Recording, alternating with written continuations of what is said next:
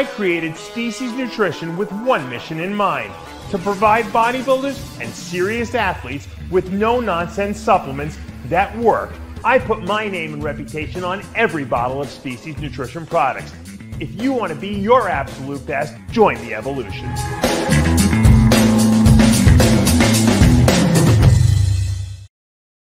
Yeah, you know, legs was the only workout I really stretched prior to the workout.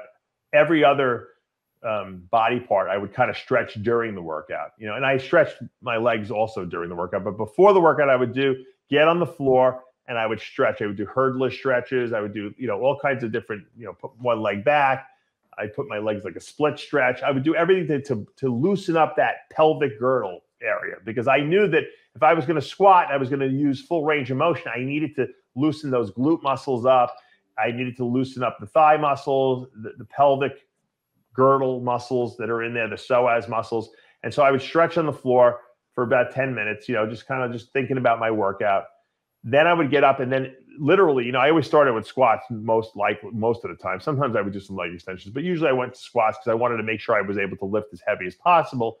And I would literally sometimes have to do 2 to 3, just, you know, maybe 6 rep sets of like just 135 on the bar, 225, just to really get blood flow going, start breaking a small sweat, so that when I started getting to the heavier sets, my muscles were ready to go, because I did not want to tear anything. And I wanted to make sure I had full range of motion.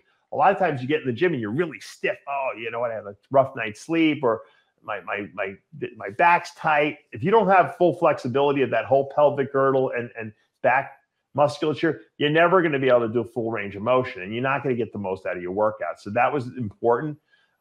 I will say this: overstretching is not good either, because for a while I was doing yoga classes toward the end of my career, and I would go from the yoga class, I'd go right to the gym. And I mean, yoga was like 90 minutes of stretching. It was insane how flexible I got doing those classes. But I would go to the gym and I actually felt like I almost would injure myself in the gym, because I was too flexible. I had too stretched out almost. And that's not necessarily a good thing either. So don't overdo it, is what I'm saying. Some guys like to pedal a bike for 10 minutes, break a sweat, and then stretch. You can do that too. I didn't, in my career, need to do that. I felt like just sitting on the floor and doing stretches were enough.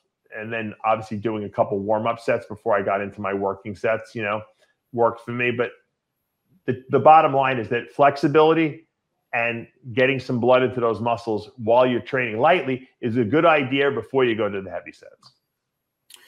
So we got a similar question a couple of weeks ago regarding your career in terms of your training regimen heading into a show.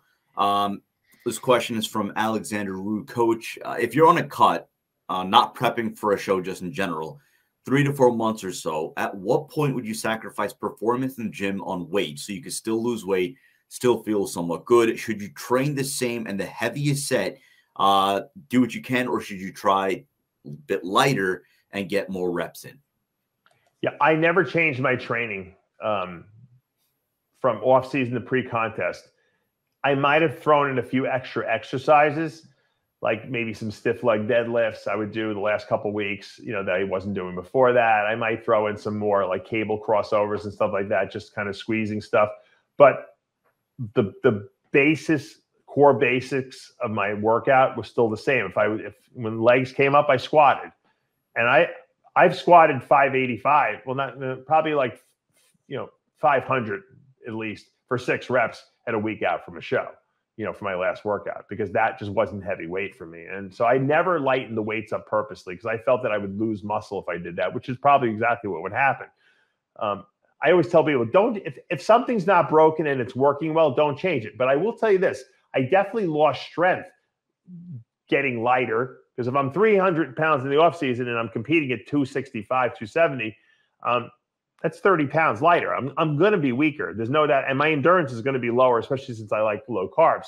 So I wouldn't train as long. And I also, if my strength went down, if I couldn't bench press 405 for reps, I would do 315 for reps, because 315 would feel like 405 that last couple of weeks before a show. So as long as the weight, if I felt challenged by the weight, I wasn't worried that I was losing strength, because it didn't matter, because my body only knows what it feels. Okay. So if it feels heavy to my body, then I'm stimulating the muscle maximally.